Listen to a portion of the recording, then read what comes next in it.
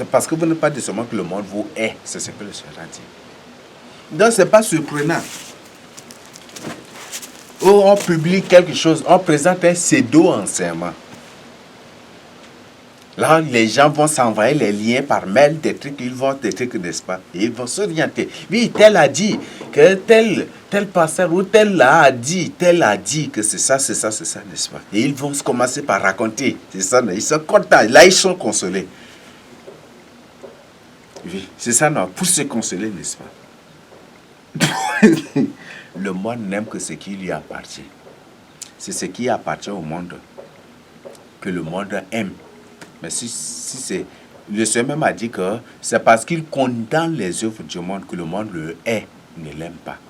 Lorsque ses disciples leur dit, j'ai dit ses propres frères, c'est dans Jean 12 ou c'est dans Jean combien? Il partait, c'est pas dans Jean 12, c'est peut-être Jean 5 ou 6, j'ai oublié. Donc ses disciples, ses frères ont dit que mais aujourd'hui tu ne pars pas à la fête. Et il dit que tu ne pars pas à la fête. Il dit que lui il ne part pas. Vous partez. Et ses frères lui ont demandé, ils lui ont dit, mais si tu veux que le monde te voie, non, il faut aller, il faut te présenter au monde, il ne faut pas agir en secret. Et le Seigneur dit que vous, mon temps n'est pas encore arrivé, mais vous, votre temps est arrivé. Votre temps est arrivé. Donc, et c'est un message très codé que le Seigneur donne à ses propres frères et à Marie aussi. C'est un message très codé. C'est un message très codé. Et par la suite, qu'est-ce qu'il dit? C'est parce qu'il rend témoignage au monde que ses œuvres sont mauvaises. Et c'est pour ça que le monde le hait. Donc, si aujourd'hui, on raconte, on fait des faux témoignages, on donne des séduits enseignements, juste des attaques. Il y a des gens même qui vont combien de fois dans l'air, soi-disant, ont raconté de n'importe quoi.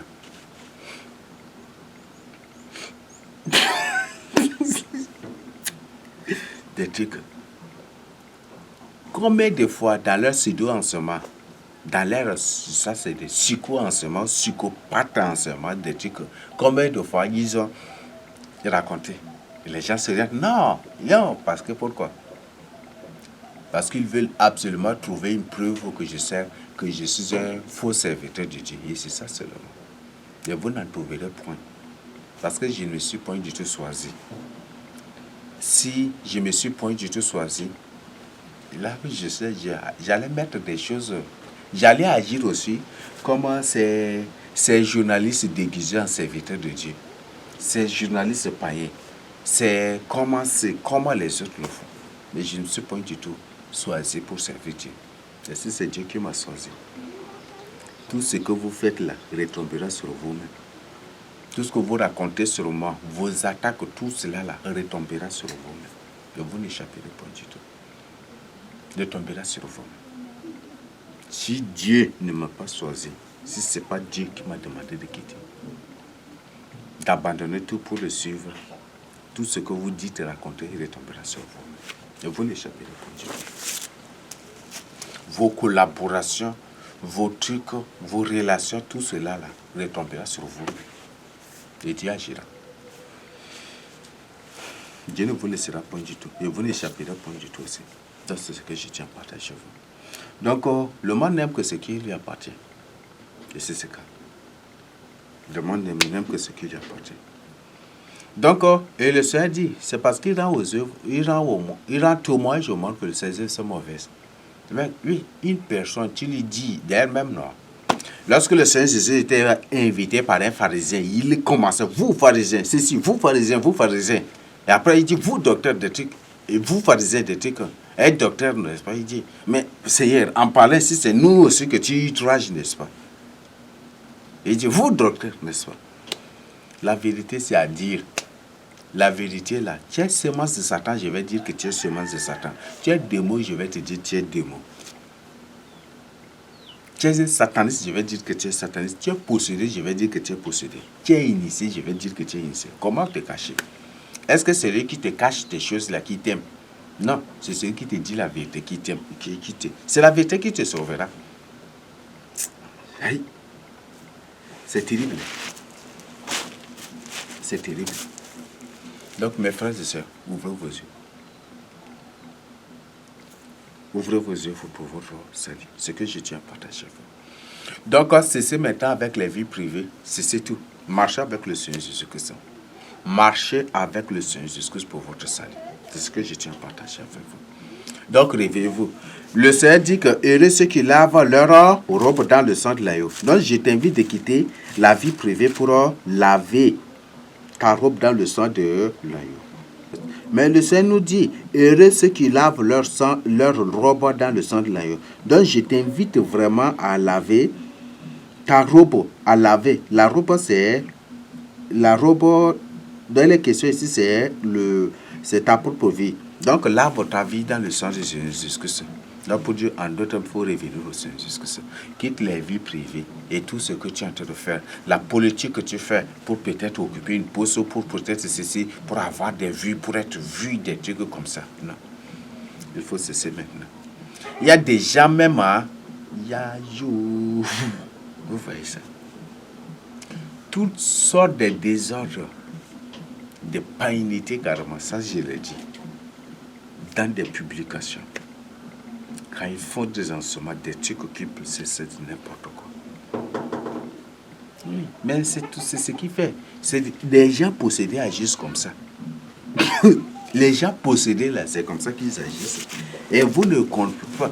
Vous savez, il y a un code très simple. Dernièrement, je vous ai dit que à travers seulement le visage d'une personne, vous allez comprendre. Une personne possédée là, sa face change aussi.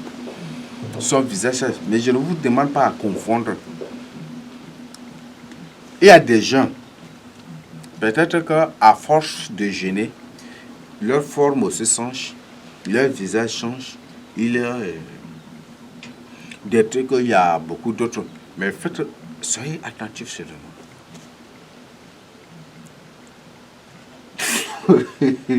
C'est comme vous comprenez déjà. Donc, il y a des gens possédés.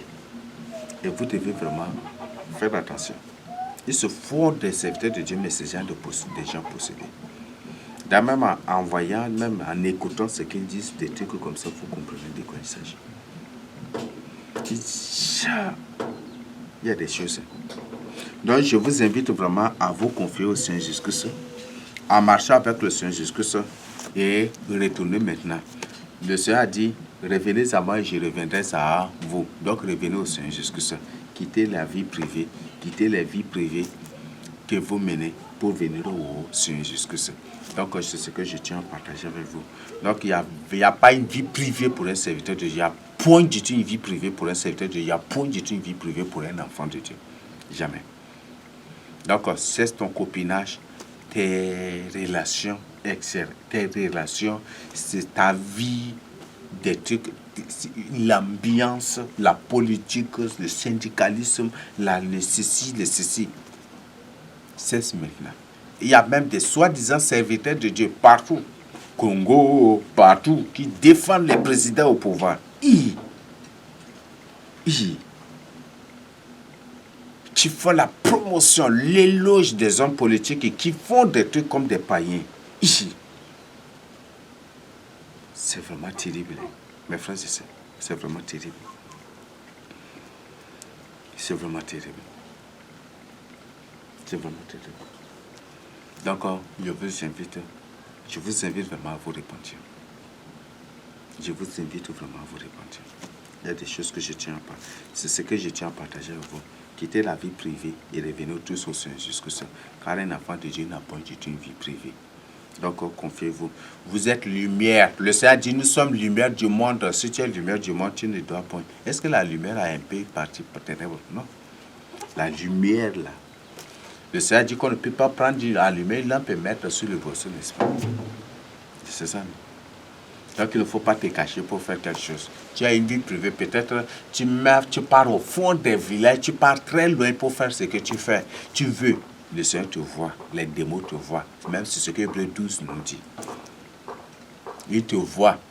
Et tu n'échapperas point du tout à la colère de Dieu. Tu n'échapperas point du tout à la décision. Il n'y a pas une vie privée pour un enfant de Dieu. Il n'y a point du tout une vie privée pour un serviteur de Dieu. Il n'y a point du tout. Tout est lumière. Que tout soit lumière. Le Seigneur Jésus-Christ ne s'est point du tout caché pour faire quelque chose. Il n'a pas du tout fait ça. Ni l'apôtre Pierre, ni aucun des 12 apôtres, ni aucun des disciples du Seigneur Jésus-Christ, ni aucun noyé de Dieu, ni aucun vrai enfant de Dieu.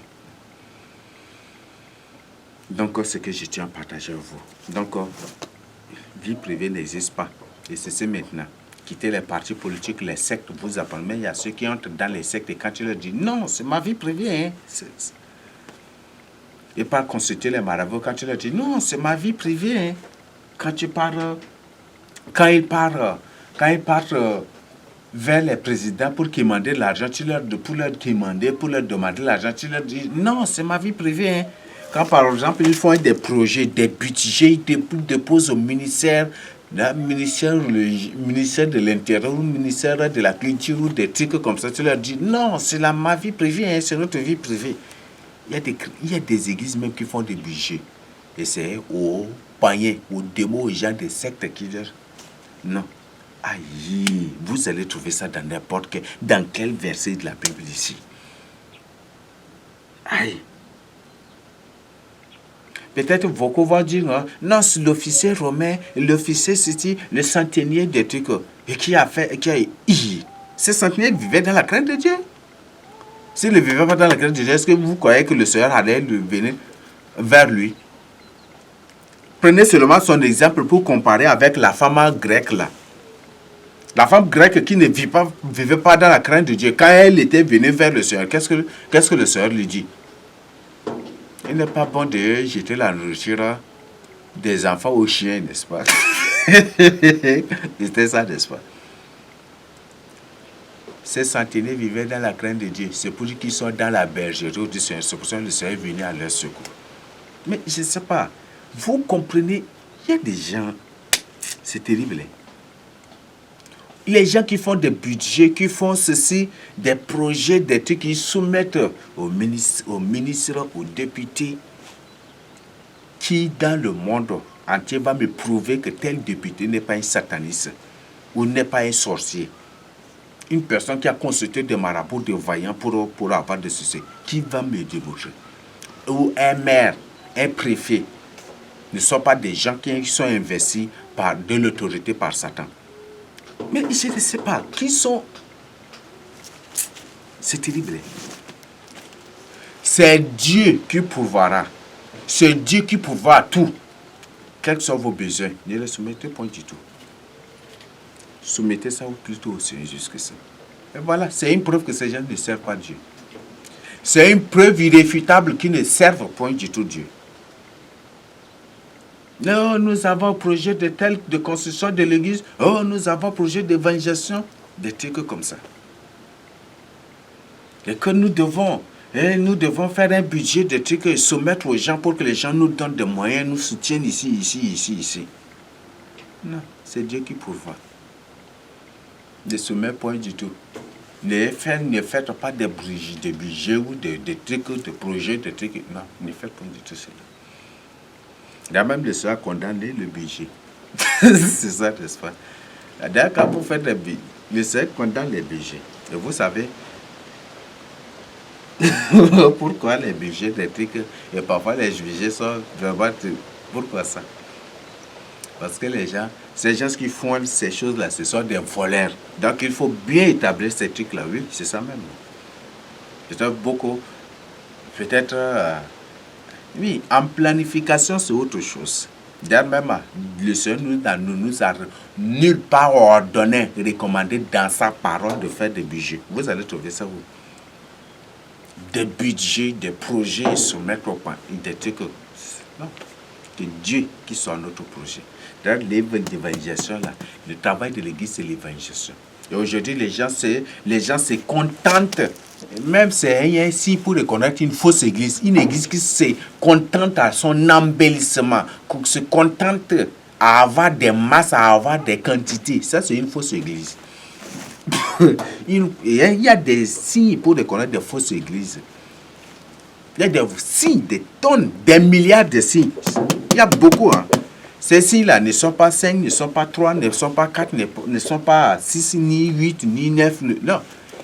Ils sont milliers et milliers ici dans la Bible. Donc, ce que je vous invite vraiment d'abord. Il y a beaucoup de signes pour reconnaître des fausses églises. Il y a beaucoup de signes pour reconnaître une fausse église, pour découvrir, démasquer une fausse église.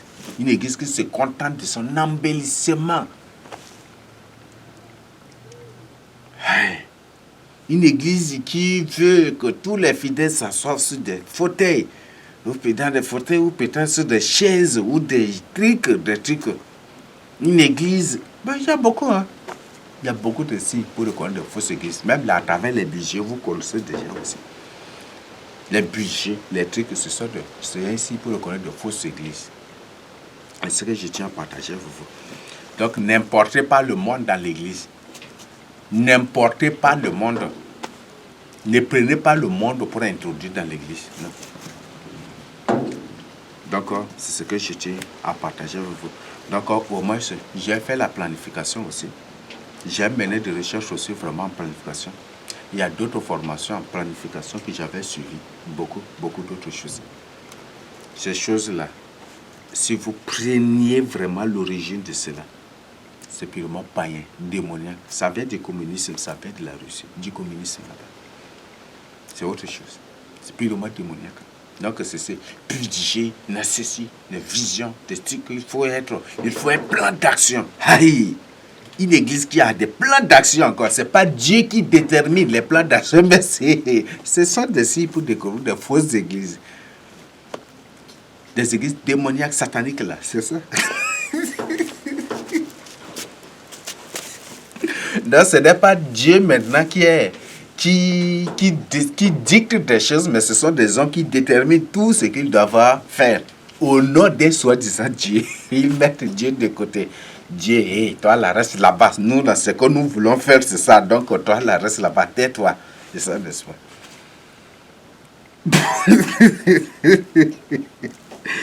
Aïe, aïe, aïe. Oui, il y a des choses. Plan d'action annuel, plan d'action mensuel, plan d'action semestriel, plan d'action trimestriel, plan d'action de ceci, de cela. Plan d'action hebdomadaire. Hey, hey, c'est vraiment terrible. Si aujourd'hui c'est dimanche, par exemple, si aujourd'hui c'est dimanche, il programme déjà ceux-là qui programment. Il cite, il vous dit que les noms, ou ils affichent les noms de ceux qui vont diriger le dimanche prochain. Ce sont des signes pour les des fausses églises. Des églises sataniques là. Des églises sataniques, des églises possédées. Des églises démoniaques. Même la tête de ces églises-là. Si l'église fait de telles choses, la tête même là, par la tête, vous connaissez déjà que la tête a un problème. Parce que si la tête est pourrie là, si la tête a un problème là, tout le corps a des problèmes. Bon, si tu ne me crois pas, viens ou demande à une personne de prendre un marteau pour frapper ta tête. Si le pied, et pour voir si ton pied va danser. Oui, ma tête est frappée. Et si ton pied là va danser, ou si tes mains vont applaudir parce que ta tête est... C'est que... C'est ça, n'est-ce pas? Pourquoi quand certaines choses te touchent, la main la tremble et des trucs là? Pourquoi cela? Mes frères, c'est la tête a un problème là. Le corps aussi a des problèmes. Oui. Et c'est pour ça que les ex-satanistes, pour vous faire croire qu'il n'y a aucune église sur la terre, les soi-disant ex-satanistes, qui publient des témoignages que l'église de Christ n'est pas parfaite. Ce sont des démons, ce ne sont pas des humains normaux. Et c'est ce que vous devez comprendre. Donc aujourd'hui, il y a des phénomènes. Et des phénomènes. Donc réveillez-vous. Plan d'action. Plan d'action. Hey! Mes frères, c'est le Seigneur qui doit nous conduire dans toutes choses. Donc, laisse l'Esprit Saint te conduire dans toutes choses. Donc, annulez vos paroles. À partir de répentez-vous, confessez, demandez pardon. Il y a des hommes de Dieu, des soi-disant hommes de Dieu, des soi-disant pasteurs, des soi-disant serviteurs de Dieu qui ne veulent pas reconnaître leurs péchés et qui ne veulent pas confesser leurs péchés. Ils sont honte au Père, je ne sais pas. Repentez-vous maintenant. Donc, cessez maintenant. Donc, il y a beaucoup, hein, il y a beaucoup. Je ne sais pas. Bon, on a vu beaucoup aussi de ces enseignements déjà. J'ai partagé dans l'enseignement sur la sorcellerie, sur beaucoup. D'ailleurs, même il y a beaucoup de gens qui se basent sur ces enseignements pour remonter de toutes pièces les enseignements ou aussi des trucs comme ça. Il y a déjà, je ne sais pas, mon frère, ma soeur, et surtout vous là qui vous dites, qui vous dites être serviteur de Dieu. Suivre l'enseignement d'une personne, suivre ce que le Seigneur a révélé. Tu te bases sur ça pour fabriquer, monter de toutes pièces des autres enseignements. Est-ce que c'est biblique? Est-ce que c'est biblique? Est-ce que... Et on s'en vante avec.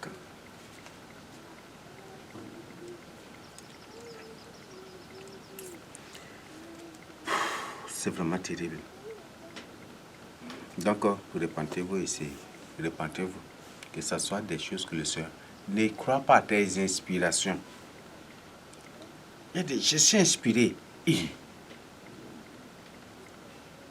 Le Seigneur m'a inspiré. Non. Le Seigneur t'a réveillé. Inspiré là. Peut-être tu vas dire que non, il y a inspiration. Le mot inspiré, inspiration, l'adjectif inspiré, des tout là, dans la Bible. Mais je vais te dire que toi, tu ne comprends pas. Il y a des gens qui ont tout le dictionnaire dans leur tête, mais qui ne connaissent rien, qui ne savent rien. Ce sont des sophistes. Bon, les philosophes les appellent des sophistes, des gens qui prétendent connaître, savoir tout, mais ils ne savent rien du tout.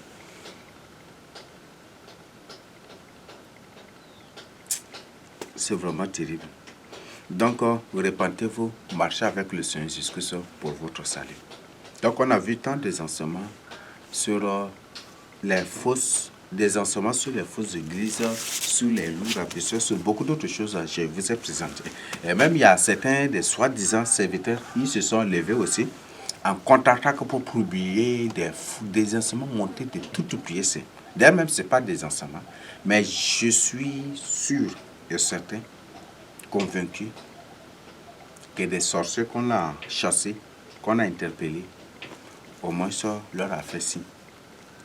Et leur a envoyé des choses, des fausses accusations, des fausses informations, des fausses choses pour monter sous format de pseudo-informations, de pseudo-enseignements pour prêcher.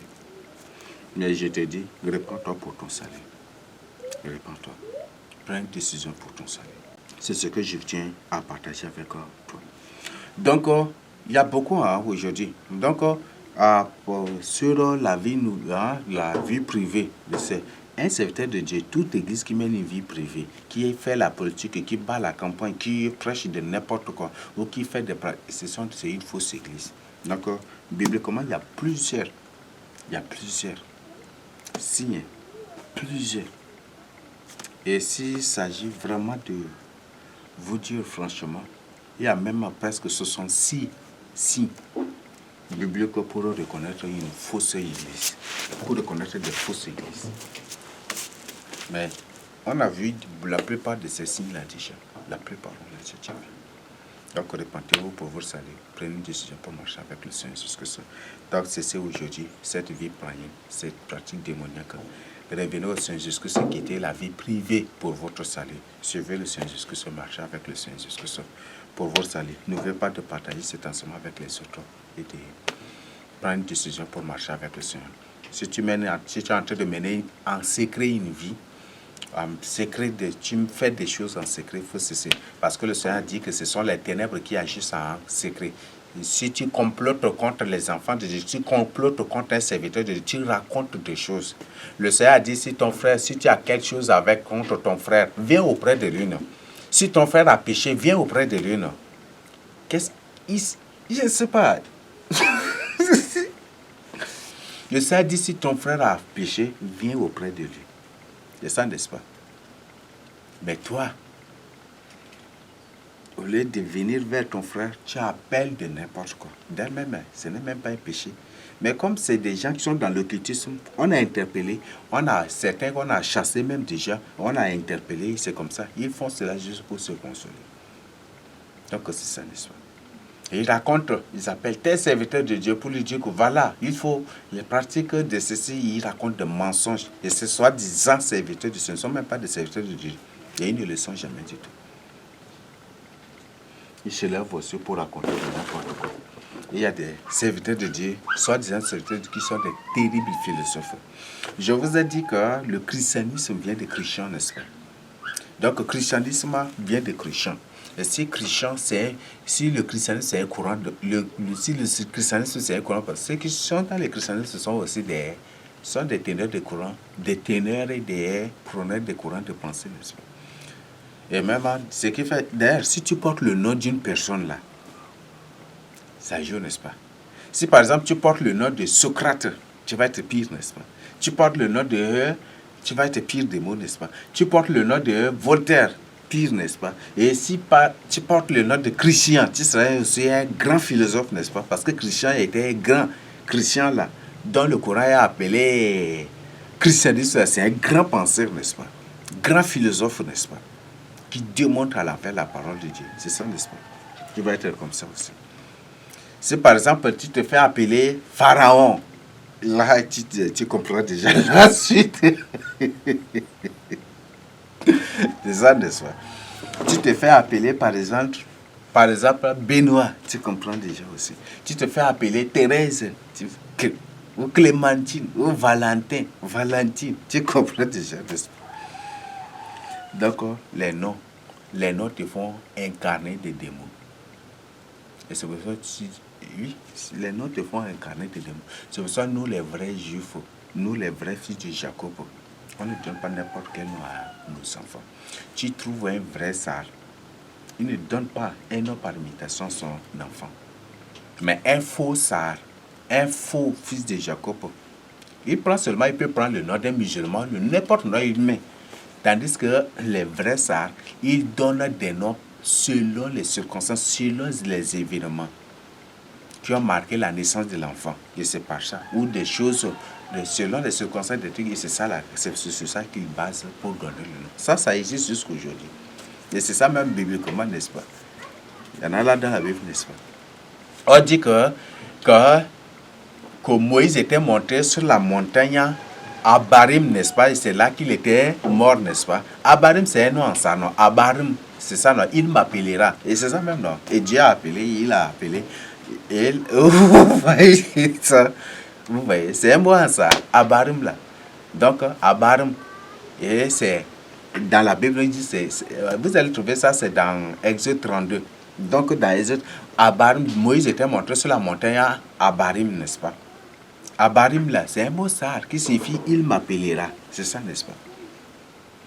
Et puis, on dit que, au verset, on dit que c'est.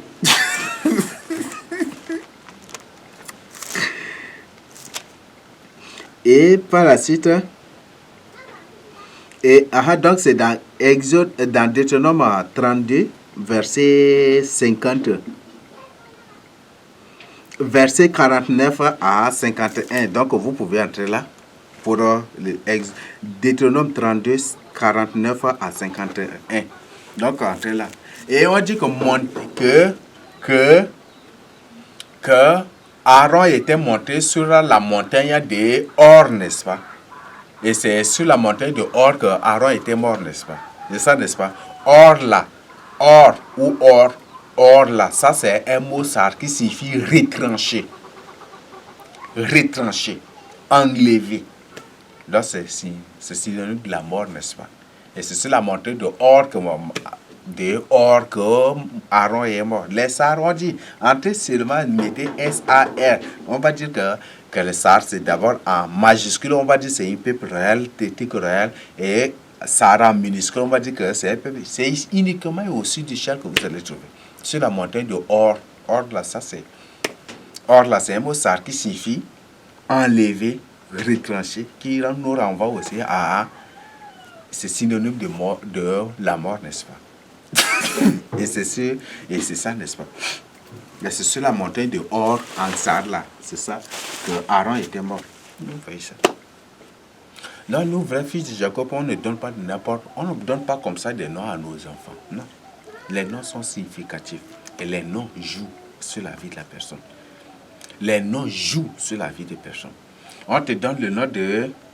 Par exemple, on te donne le nom de Calvin. Qui sont les Calvins? Est-ce que tu connais Calvin? On te donne le nom de Gaspard. Qui est Gaspard? Par exemple, on te donne le nom de Robert. Robert, là, c'est un mot sar, non? C'est Robir. Donc, se combattre l'esclave, n'est-ce pas? Signifie, c'est ça le mot. C'est un mot sar qui signifie combattre l'esclave. Robir. Donc, il y a beaucoup de noms en français, même c'est des noms sar. Ce sont des noms sar seulement, c'est ça. Et tu portes des noms, tu ne comprends pas. Vous voyez ça? Donc, c'est ça. Il faut ôter les noms tels que Christian, Christine, Valentin, Valentine, Angèle, Angéline. Bon, il y a beaucoup de noms tels que... Les noms, même Bonkiri, même c'est un nom. Et j'ai trouvé que le premier Bonkiri, vous pouvez entrer et vous allez trouver. C'est une personne terrible. Un nom joue. Un nom joue. Nous avons des noms tels que Solange,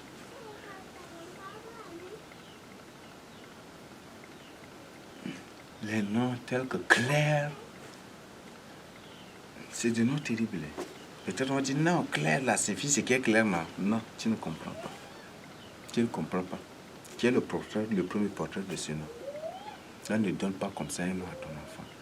Cherche la foi de ce nom jusque ça. Et nous, les vrais juifs, on donne des noms par rapport aux circonstances, aux événements qui ont marqué la naissance de l'enfant, ou par rapport à ce qui, par rapport aux choses, ou par rapport à des biens, à des faits bien de vie, et par rapport à des choses.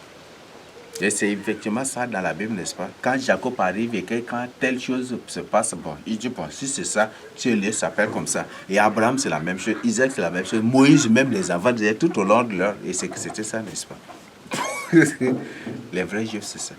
Donc, c'est ce que je tiens à partager avec vous. Il faut maintenant cesser. Donc, si tu portes un nom démoniaque, un nom démon, un nom d'un penseur, un nom d'un preneur de pensée philosophique, littéraire, scientifique ou peut-être politique ou des trucs religieux, il faut cesser maintenant. Il y a des gens qui se font appeler des littéraires Martin.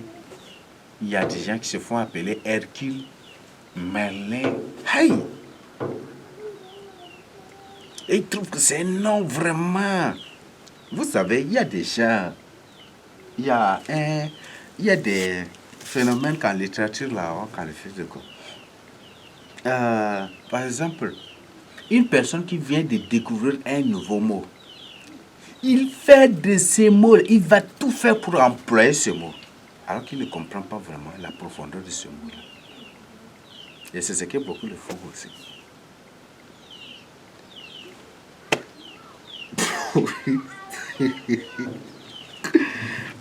Hey, c'est vraiment terrible. Donc, c'est ce que je tiens à partager avec vous. Donc, faites vraiment attention. Confiez votre vie au Seigneur jusqu'à ça. C'est ces parties païennes du modèle pour votre salut. Ce que je tiens à partager avec vous. Recevez cela au nom de Jésus. Amen.